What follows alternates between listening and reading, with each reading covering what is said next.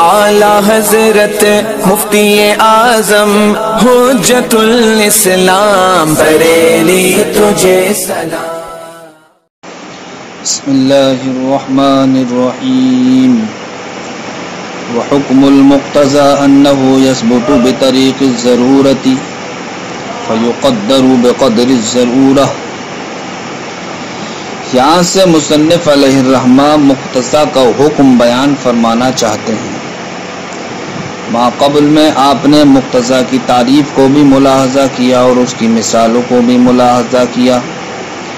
یہاں سے مصنف علیہ الرحمہ مقتضیٰ کا حکم بیان فرماتے ہیں مقتضیٰ کا حکم یہ ہے کہ وہ بطریق ضرورت ثابت ہوتا ہے۔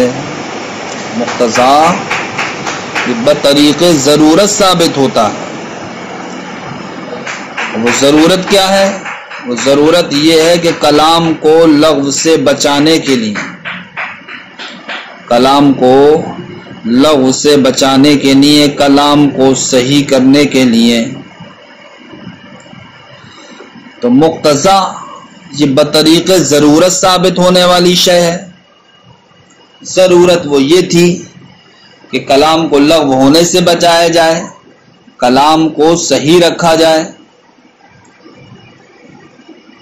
تو جب مقتضیٰ کا حکم یہ ہوا کہ مقتضیٰ بطریق ضرورت ثابت ہوتا ہے، تو اب یہ بات بھی ذہن نشین رکھیں آپ، جو چیز بطریق ضرورت ثابت ہوتی ہے وہ ضرورت کی مقدار ہی فرض کی جاتی ہے، ضرورت کی مقدار تک ہی محدود رہتی ہے۔ یعنی کہ جتنی چیز کے ذریعے سے ہماری ضرورت پوری ہو رہی ہے اس چیز کا تحقق اتنی ہی چیز کے لیے رہے گا، اس سے آگے نہیں بڑھے گا۔ تو مقتضیٰ کا حکم یہ ہوا کہ مقتضیٰ بطریق ضرورت ثابت ہوتا ہے، اور جو چیز بطریق ضرورت ثابت ہوتی ہے وہ ضرورت تک ہی محدود رہتی ہے۔ لہذا اس حکم کو آپ ذہن نشین رکھتے ہوئے ایک مسئلہ ملاحظہ یہ کریں کہ مصنف علیہ الرحمہ فرماتے ہیں کہ جب کسی انسان نے کہا انت طالق، اپنی بیوی سے کہ تو طلاق والی ہے، تو اب انت طالقن میں جو طالق ذکر کیا گیا ہے، یہ طالق کائے کو چاہتا ہے؟ طلاق کو چاہتا ہے، تو طلاق ہوا مقتضیٰ، اور مقتضیٰ کا حکم یہ تھا کہ وہ بطریق ضرورت ثابت ہوتا ہے، اور جو چیز بطریق ضرورت ثابت ہوتی ہے وہ ضرورت تک ہی محدود رہتی ہے۔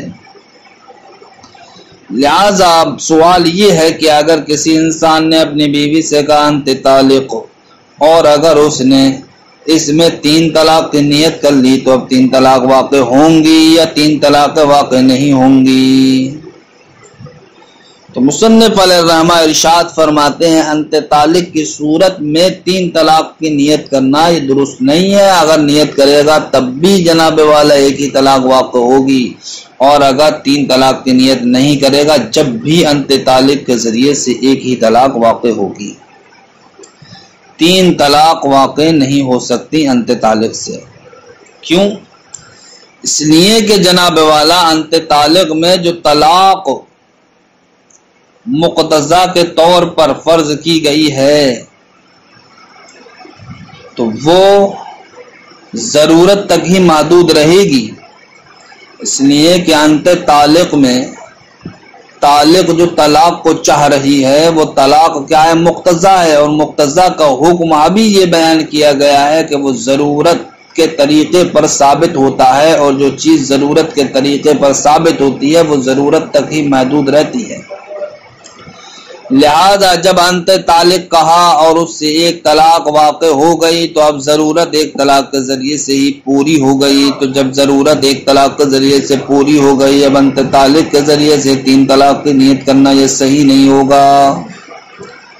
کیوں؟ اس لیے کہ انت طالق سے جو طلاق واقع ہو رہی ہے وہ طلاق ہے مقتضیٰ، اور مقتضیٰ کا حکم یہ ہے کہ وہ بطریق ضرورت ثابت ہوتا ہے، اور جو چیز بطریق ضرورت ثابت ہوتی ہے وہ ضرورت تک ہی محدود رہتی ہے۔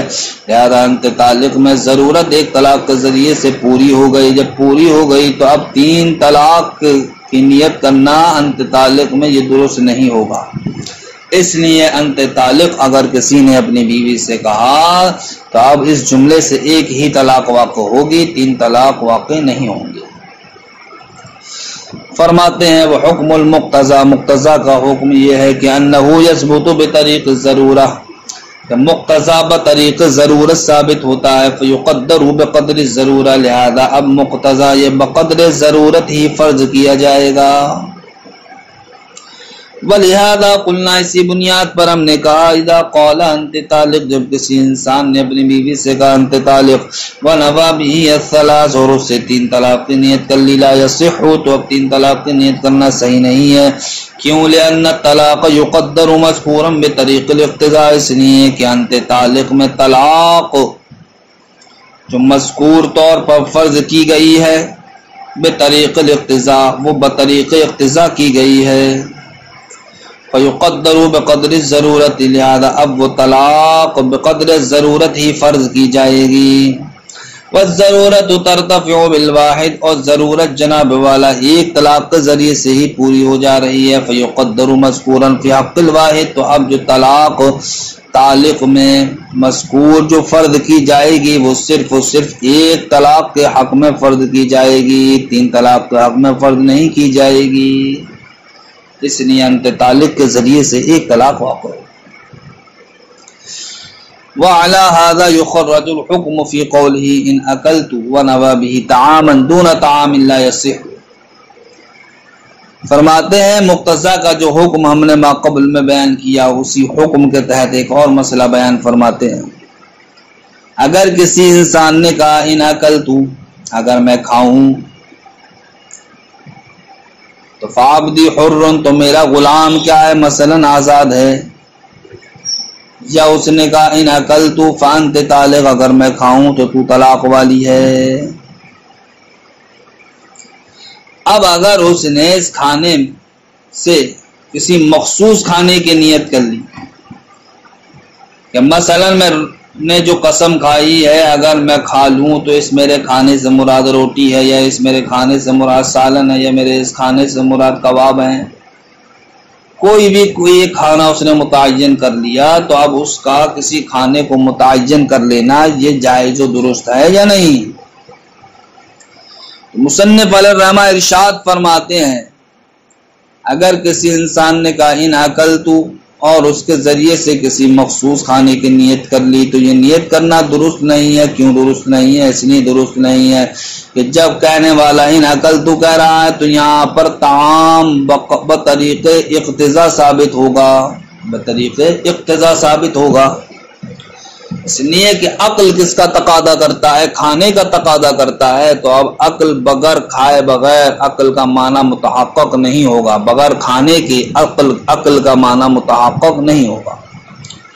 تو عقل کے معنی کو صحیح رکھنے کے لیے اور اس کلام کو لفظ سے بچانے کے لیے ضروری یہ ہوا کہ جہاں پر طعام کو مانا جائے، تو اب طعام ان اکلت میں بطریق اقتضاء ثابت ہوا، اور آپ کے سامنے ابھی یہ حکم بیان کیا گیا جو چیز بطریق اقتضاء ثابت ہوتی ہے وہ جناب والا بطریق ضرورت کہلاتی ہے، اور جو چیز بطریق ضرورت ثابت ہوتی ہے وہ ضرورت تک ہی محدود رہتی ہے۔ لہذا جب طعام بطریق اقتضاء بطریق ضرورت ثابت ہوا تو اب اس کو متعین نہیں کیا جا سکتا۔ کیوں نہیں کیا جا سکتا؟ اس لیے نہیں کیا جا سکتا جب طعام بولا گیا، طعام تو یہ کیا فرد مطلق ہے؟ طعام کیا ہے؟ مطلق ہے، مطلق۔ لہذا اب اگر ہم اس طعام کو متعین کر دیں گے تو اب لازم یہ آئے گا کہ مطلق میں کیا ہو جائے؟ تخصیص ہو جائے، تخصیص، اور فرد مطلق جناب والا تخصیص کا احتمال نہیں رکھتا ہے۔ تو جب فرد مطلق تخصیص کا احتمال نہیں رکھتا ہے تو اب طعام جو کہ فرد مطلق ہے، فرد مطلق، لہذا اب اس کو بھی کسی متعین یعنی کہ اس کو بھی خاص کرنا درست نہیں ہوگا۔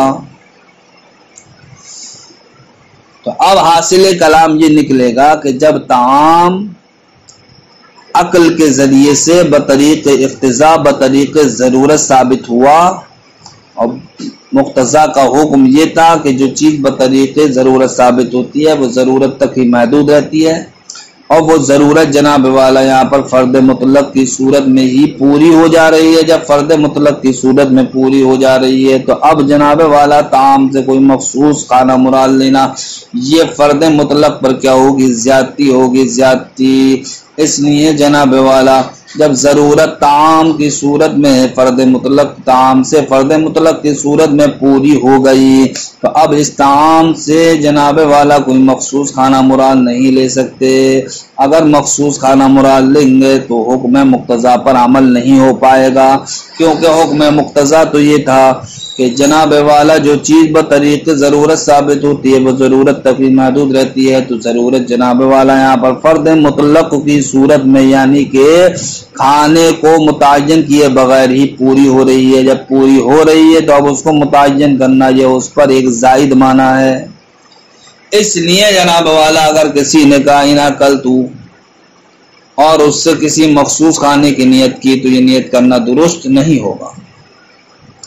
وعلی ھذا اور اسی پر، کس پر؟ یعنی کہ مقتضا بطریق ضرورت ثابت ہوتا ہے، اسی حکم پر یہ مسئلہ متفرع ہوتا ہے۔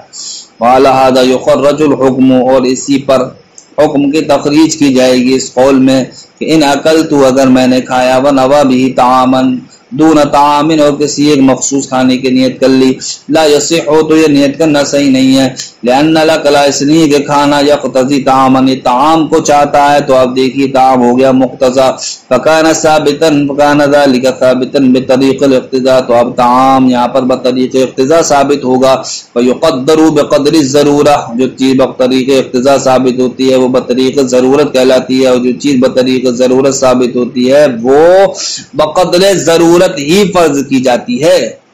بس ضرورت ترتفع بالفرد المطلق اور یہاں پر جناب والا ضرورت فرد مطلق سے ہی پوری ہو جا رہی ہے۔ ولا تخصیص فی الفرد المطلق اب اگر آپ کوئی مخصوص کھانا مراد لیں گے تو وہ ہو گئی فرد مطلق میں تخصیص، اور فرد مطلق میں تخصیص جائز نہیں ہے۔ ولا تخصیص فی الفرد المطلق اور فرد مطلق میں تخصیص جائز نہیں ہے، کیوں؟ لأن التخصیص یعتمد العموم اس لیے کہ تخصیص تو جناب والا عموم کو چاہتی ہے اور فرد مطلق میں عموم نہیں ہوتا ہے۔ السلام علیکم ورحمۃ اللہ۔